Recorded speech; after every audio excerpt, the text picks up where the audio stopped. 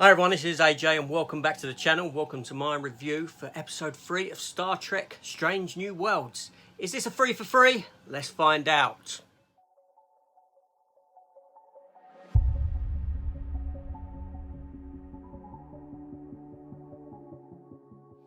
Okay, so this episode here is directed by Leslie Hope and written by Keller Cooper and Bill Wolkoff. This episode is entitled Ghosts of Illyria.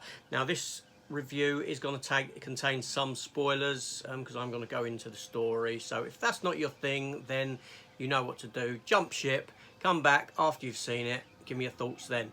While I'm at it, if you are here, if you haven't done so, hit the subscribe button. Why not? Come and join the channel. I am reviewing this on a weekly basis, as I have done for Picard and Discovery before. So if Star Trek's your thing, jump on board and let's get into it. Also, please feel free to leave me a comment in the comment section below.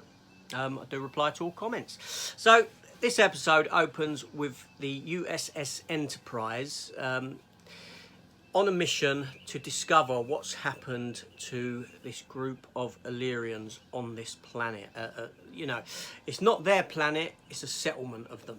Now, Illyrians, they're people that like to genetically modify their body, but they want into Starfleet, but Starfleet are against genetics because of what happened in the eugenics war years before with Khan and all this sort of stuff.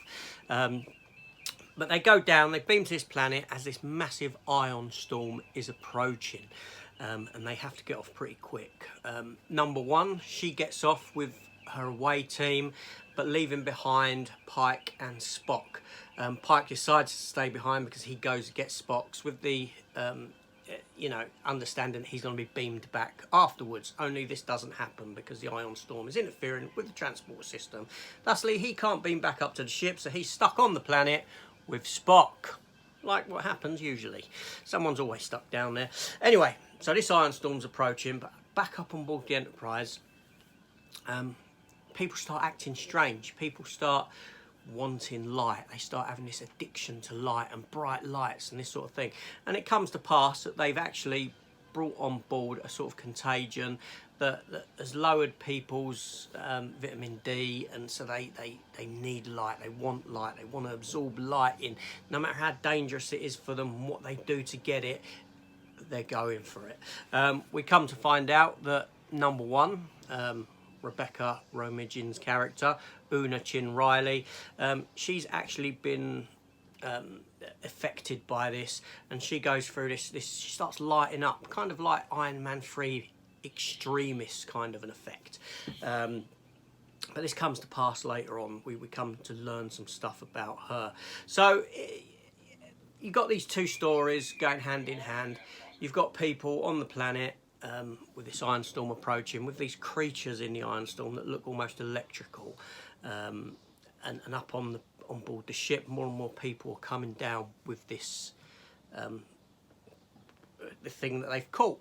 And so the story goes on like that. Now I'm going to leave the story there. I shan't go into the details of what happens and what happens to who, but we come to find out secrets that certain crew members have been hiding, namely Rebecca Romijn's character and the Doctor. Yes, Dr. Mbenga. Babs Olusanmuken's character. I probably pronounced that name totally wrong there, but there we go. We come to find out that they're hiding things by the end. Now again, this is a one and done story episode, but with ramifications for the characters going through. It's a nice episode, and it does put Rebecca Romijn's number one front and centre, and allows a lot of the other characters that we haven't really seen do anything yet, the Doctor, the Chief Engineer, getting involved and doing some stuff of their own. And also obviously the character of La'an Noonien Singh, who is an ancestor of Khan from the eugenics war, and we come to find out some stuff about her past as well. So yeah, so in that sense, a fantastic character building episode for a lot of characters. Now it doesn't feel like these characters have been shoehorned in or forced in or anything like this. It feels like their stories are natural to the progression of the story of what is going on within the episode. It gives everyone a chance to shine. Like I said, it rejects or ejects, I should say, Pike and Spock off to a different planet. So it gives these other crew members on board the ship to do some stuff. It is pretty much a sort of cheaper episode in the sense that not so many special effects as what we've had before, with the exception of the Ion Storm, and it is pretty much set based, apart from a few scenes at the beginning. Set based in that it's Enterprise and Pike and Spock on the ground in this library of sorts. Now, what's great about it is also that we get to see other areas of the Enterprise that we haven't seen yet. We spend a lot of time in the medical base. We see more of that. We spend more time in their sort of version of 10 Forward. We see more of that, and also we get to see the engineering room, which looks fantastic. You know, it's got a lot of depth to it. It's very darkly lit, but very good. So yeah, for me, this was a 3 for 3. Like I said, we found out some fantastic stuff about the characters. Anson Mount, again, is fantastic as Pike, with a fantastic hairstyle as well. Makes me feel somewhat lacking.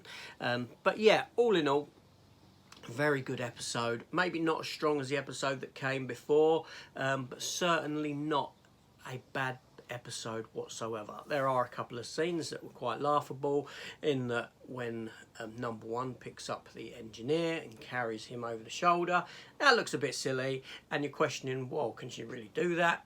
This gets answered a few scenes later, which is good, but it sure as hell does look like she's just carrying a pair of dummy legs that weigh about as much as a pillow over her shoulder.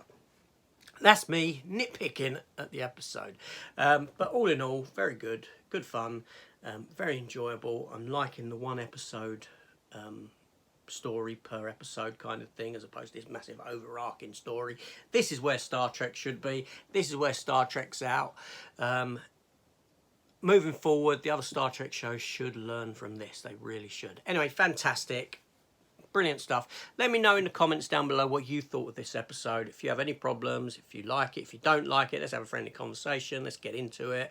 We're all Star Trek fans here, regardless of opinion. Not everything works for everyone, and I respect that. Also, hit that subscribe button. Come and join the channel. And also, like, share, thumbs up. You know what to do. This is AJ.